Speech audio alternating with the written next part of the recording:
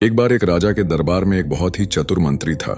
इस मंत्री के पास हर समस्या का हल था और राजा कोई भी बड़ा फैसला लेने से पहले उससे सलाह जरूर लेता था। इसी वजह से दरबार के अन्य लोग मंत्री से ईर्ष्या करते थे। एक दिन राजा ने मंत्री से कहा, तुम बहुत चतुर हो, लेकिन तुम्हारा बेटा बहुत मूर्ख है और उसे कोई समझ नहीं है। मंत्री को यह सुनकर अच्छा नहीं लगा और उसने पूछा, महाराज, आप ऐसा क्यों कह रहे हैं? आपको क्यों लगता है कि मेरा बेटा मूर्ख है? राजा ने कहा, हर सुबह जब मैं जनता से मिलने जाता हूं तो तुम्हारा बेटा वहां होता है।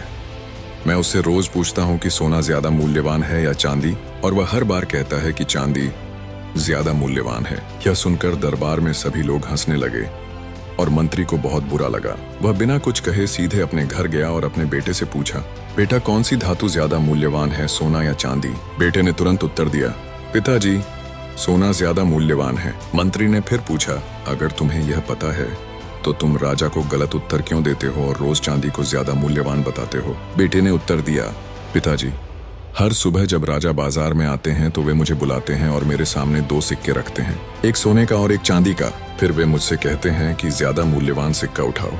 मैं चांदी का सिक्का उठा लेता हूँ और राजा हंसते हुए चले जाते हैं। मंत्री ने फिर पूछा, लेकिन तुम चांदी का सिक्का ही क्यों उठाते हो? आज पूरे दरबार ने मेरी हंसी उड़ाई है। बेटे ने अपने पिता को अपने कमरे में ले जाकर एक डिब्बा खोला। वह डिब्बा चांदी के सिक्कों से भरा हुआ था।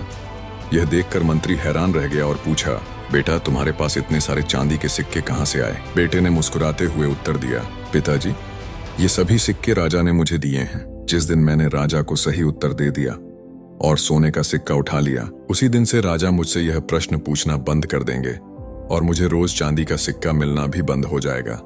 राजा को मजा आता है जब मैं चांदी का सिक्का उठाता हूँ और कहता हूँ कि चांदी ज्यादा मूल्यवान है। वे हंसते हैं और चले जाते हैं। मैं नहीं चाहता कि एक सोने के सिक्के के लालच में मैं अपने रोज के चांदी के सिक्कों को खो दूं। यह सुनकर मंत्री को अपने बेटे पर गर्व हुआ और उसने समझ लिया कि भले ही लोग उसके बेटे को मूर्ख समझते हों, लेकिन असली बुद्धिमान वही था।